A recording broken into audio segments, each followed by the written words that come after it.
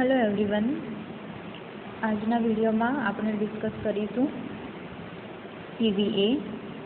CVA it is a cerebrovascular accident અને બીજું આપણે એને કહીએ કે બ્રેન અટેક। તો CVA શેના કારણે થાય છે, કોઝ શું છે, એ બધું આપણે ડિટેલમાં વિડીયોમાં જોઈશું। તો CVA it is a neurological disorder। First definition: cerebrovascular accident or brain attack is a sudden loss of function resulting from disruption of blood supply to a part of the brain। તો સેરેબ્રોવાસ્ક્યુલર accident અને brain attack જે છે એમાં આપણને suddenly function જે છે એ loss થતા જોવા મળે। તો બ્રેનના ફંક્શન જે છે એ સડનલી લોસ થઈ જાય because of the any cause, જેના કારણે આપણને બ્લડ સપ્લાય જે છે એ બ્લડ સપ્લાય જે છે એ કેવું ડિસ્ટર્બ થઈ જતું જોવા મળે। મતલબ બ્લડ સપ્લાય જે નોર્મલ થવું જોઈએ એ નહીં પહોંચે, તો બ્રેનમાં બ્લડ જેટલું પહોંચવું જોઈએ, ઓક્સિજન જે પહોંચવું જોઈએ એ નહીં પહોંચે, જેના કારણે આપણને મેજર બ્રેન જે આ સ્ટ્રોક જે છે એના કારણે પર્સન સમટાઈમ કોમામાં જઈ શકે, દેન બ્રેન ડેમેજ બી થઈ શકે, બ્રેન ડેથ થઈ શકે। તો this is the definition of the CVA. Next, etiological factors. So what are the cause are responsible for the CVA? So here modifiable risk factors are there and non-modifiable risk factors are. First we'll see modifiable risk factor. એમાં આપણને first hypertension. So hypertension, we know about the hypertension. It is a blood pressure it's become a high. Then smoking and alcoholism. So smoking and alcoholism na karane થઈ શકે brain CVA. Then diabetes mellitus also a risk factor. Cardiovascular disease. So there are a lots of cardiovascular disease. તો કોઈ પણ cardiovascular disease એમાં છે ischaemia જે કહીએ, ischaemic heart disease છે, angina, then cardiomyopathy because of any heart related disease condition and also vessels disease condition. So DVT છે, deep venous thrombosis, varicose vein, asymptomatic carotid stenosis, transient ischemic attack due to the lack of oxygen supply, sickle cell anemia. So it is a sickle cell anemia, it is a part of the types of the anemia. એની અંદર આપણને કેવું જોવા મળે, જે C ટાઈપના આપણને જોવા મળે cell. So it is a sickle cell anemia, dyslipidemia, obesity, poor diet, increase fat or increase sodium and decrease the potassium level, and a physical inactivity. So these all the modifiable risk factor. So now the non-modifiable risk factor. So due to the older age, then gender, મેલમાં વધારે આપણને જોવા મળે, હેરિડેટરી પણ હોઈ શકે, and prior stroke or heart attack. So these all the risk factors. Cause ischemic stroke. So mainly there are two types of stroke. કે બે કારણના જે કોઝ છે જેના કારણે આપણને સ્ટ્રોક થઈ શકે, એક તો ઇસ્કેમિક અને બીજું છે haemorrhagic. Ischaemic or ischaemia means it is related to lack of blood supply or oxygen supply. Haemorrhage જે આપણને જોવા મળે, ડ્યુ ટુ ધ હેમરેજના કારણે પણ સ્ટ્રોક થઈ શકે, કોઈ એક્સિડન્ટ થયો હોય કે પછી ઇન્ટરનલ હેમરેજ જે હોય.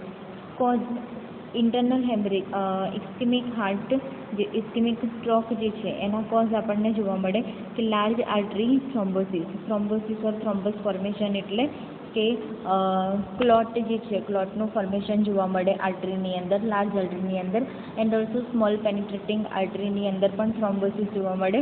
સો both cause are responsible. Large artery and small આર્ટરીની અંદર આપણને થ્રોમ્બસ ઓર ક્લોટ ફોર્મેશન જોવા મળે, કાર્ડિયોજેનિક એમ્બોલાઈ.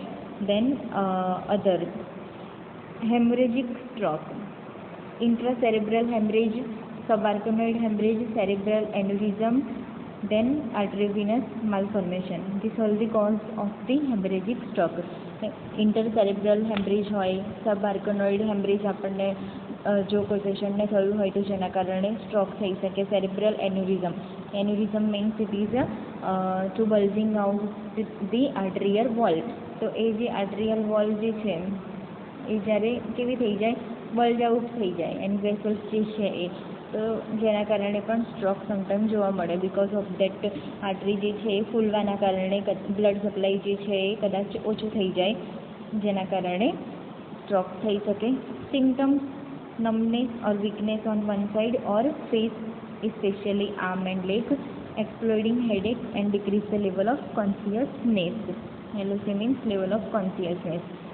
Recovery: ischemic stroke જે છે 6 months સુધી એન્ડ હેમરેજિક સ્ટ્રોક છે 18 મંથ્સથી આપણને રિકવરી જોવા મળે. ઇસ્કેમિક સ્ટ્રોક ટાઈપ. ઇસ્કેમિક સ્ટ્રોકની અંદર આપણે જોયું કે લાર્જ આર્ટરીની અંદર અને સ્મોલ પેરિટ્રેટિક આર્ટરીની અંદર જે છે સ્ટ્રોક થઈ શકે due to the any thrombus formation જે છે, પ્લેક ફોર્મેશન ડિપોઝિટ થવાના કારણે.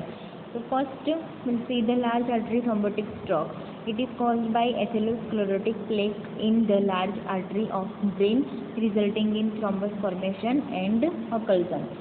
So due to the atherosclerosis plaque, so plaque આપણને ખબર છે કે plaque formation જેમ જેમ જે કોલેસ્ટ્રોલ જે છે એનું અમાઉન્ટ જે છે એ વધતું જાય, તો ધીરે ધીરે જે રીતે આપણને હાર્ટની અંદર જોવા મળે પ્લેક ફોર્મેશન જે કોરોનરી આર્ટરીની અંદર, જેના કારણે શું થતું હતું કે આપણને એમઆઈ જોવા મળે. સો સેમ લાઈક હિયર કે લાર્જ આર્ટરી થ્રોમ્બોટિક સ્ટ્રોકમાં આપણને પ્લેક ફોર્મેશન જે થયું છે એ પ્લેક ફોર્મેશન લાર્જ આર્ટરીની અંદર, જેના કારણે જે થ્રોમ્બસ ફોર્મેશન છે, જે થ્રોમ્બસ ફોર્મેશન બ્લડ સપ્લાય અટકાવશે, ઓક્સિજન સપ્લાય ઓલ્સો નહીં થાય. Small penetrating artery thrombotic stroke also called a lacunar stroke. તો મેઇનલી થ્રોમ્બસ જે છે એ આપણને સ્મોલ પેનિટ્રેટિંગ આર્ટરીની અંદર જોવા મળે. And also embolic stroke. તો આપણને ખબર એમ્બોલાઈ, તો એમ્બોલાઈના કારણે it is cause by valvular heart disease thrombi in left ventricle can be prevented use by anticoagulant. તો એમ્બોલાઈ જે છે, એમ્બોલસ, એને આપણે એન્ટીકોએગ્યુલન્ટ થ્રુ પ્રિવેન્ટ કરી શકીએ. ક્રિપ્ટોજેનિક stroke. there is no exit cause of a cryptogenic stroke and other કોઈ heavy drug જે છે એ ડ્રગ યુઝ કરવાના કારણે પણ આપણને સ્ટ્રોક જોવા મળે. તો here the clinical manifestation. Clinical મેનિફેસ્ટેશનની અંદર આપણને જોવા મળશે headache, mental changes, confusion, disorientation, memory impairment. Person disorient થઈ જાય કે કયા પ્લેસની અંદર છે એને ખબર ના રહે, મેમરી જે છે એની એ પણ કેવી થઈ જાય, ઇમ્પેર થઈ જાય.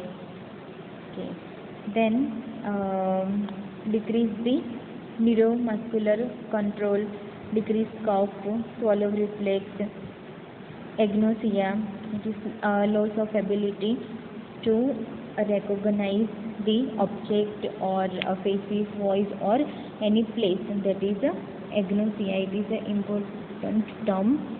Then seizure પણ આપણને જોવા મળે. that સડનલી બ્રેનની અંદર જે ચેન્જીસ થાય એના કારણે અબનોર્મલ ઇલેક્ટ્રિકલ સિગ્નલ્સ જોવા મળે બ્રેનમાં. It is seizure. Then emotional lability, visual changes જોવા મળે, hypertension, then apraxia. It is a decrease the movement. So this all the clinical manifestation. And also paralysis પણ થઈ શકે. So this all the symptoms, clinical manifestation. And also a numbness or weakness of face, arm or leg, especially on one side of the body. So mainly આપણને numbness અને weakness જોવા મળે. So see, it's one side of the bodyની અંદર આપણને ફેસની અંદર કે આર્મની અંદર કોઈ પણ જગ્યાએ જોવા મળે. કન્ફ્યુઝન, ડિસઓરિયન્ટેશન જે કહ્યું. Then changes in the mental status, speaking problem, speech disorient થઈ જાય, visual disturbance, difficulty in walking, sudden severe headache. This all the symptoms of ischemic stroke and also hemiplegia. So hemiplegia, it is nothing, it is a paralysis. Paralysis, hemiplegia means one side આપણને paralysis જોવા મળે. So that's the hemiplegia, one side of the body. Then dysarthria. Dysarthria means it is a motor disorder. એની અંદર આપણને speech damage થતી જોવા મળે. Then apraxia. Then disturbed visual spatial relationship. So these all the agnosia. Agnosia means it is the loss of ability to recognize the object. Okay, so these all the symptoms આપણને જોવા મળશે. Now diagnostic evaluation કે આપણે CVA જે છે સેરેબ્રોવાસ્ક્યુલર stroke એને accident એને આપણે ડાયગ્નોસિસ કઈ રીતે કરી શકીશું. So careful history collection, then complete physical and neurological examination, then CT scan through the ECG, then carotid ultrasound, CT angiography, MRI, echocardiography. So these are the diagnostic evaluation. Next is a medical management કે આપણે એને કઈ રીતે manage કરીશું. Platelet inhibiting medication mainly aspirin, clopidogrel, statin, then anti-hypertensive drug. Increase the hypertension હોય તો anti-hypertensive drug આપણને ખબર છે ACE inhibitor, atenolol, then propranolol, amlodipine also. Then thrombolytic therapy, anticoagulant therapy. Anticoagulant ની અંદર આપણને ખબર છે મેઇનલી કહેલું છે જે પ્રમાણે કે aspirin heparin and warfarin anticoagulant drug. Surgical management, endarterectomy, removal of atherosclerotic plaque from the carotid artery. carotid artery ની અંદર જે પ્લેક ફોર્મેશન થયું હોય એ પ્લેક ફોર્મેશનને આપણે શું કરીશું, રિમૂવ કરી દઈશું. ઇટ્સ લાઇક બલૂન જે એન્જિયોપ્લાસ્ટી આપણે કરતા હતા જે રીતે સેમ કોરોનરી આર્ટરીની અંદર એ જ સેમ પ્રોસિજર આપણે અહીંયા પણ કરીશું. કેરોટિડ સ્ટેનિંગ, જે સ્ટેન્ટ જે છે એને ઇન્સર્ટ કરવામાં આવે with or without angioplasty. Nursing management. Nursing management, equipment related to hemiplegia and disease impaired physical motility related to a loss of balance and coordination. These all the nursing diagnosis. Disturbed sensory perception related to altered sensory perception. Impaired urinary elimination related to flacis, bladder. Disturbed thought process also due to the brain damage. So what are the preventive management here? Leading a healthy lifestyle. Smoking જો કરતા હોય તો સ્મોકિંગને cut કરી દેવાનું. Maintaining a healthy weight also we have to maintain. Then daily exercise, following a healthy diet. DEST diet mainly. DEST diet જે છે dietary approaches to stop a hypertension જે mainly આપણે કોને આપતા હોઈએ, હાઇપરટેન્શનવાળા પેશન્ટને. Then low fat dairy products જે છે high in fruit, હોય vegetable, low in animal protein. These all the foods are included in the DEST diet. Other treatmentની અંદર આપણે જોઈશું anticoagulant administration like heparin and warfarin. Antidote of heparin and warfarin. For heparin antidote it is protamine sulfate, and for warfarin it is vitamin K. Osmotic diuretics like mannitol. The next example, elevation of a head, then endotracheal intubation, neurologic assessment and hemodynamic monitoring. So these are the other treatment of the CVA. So thank you.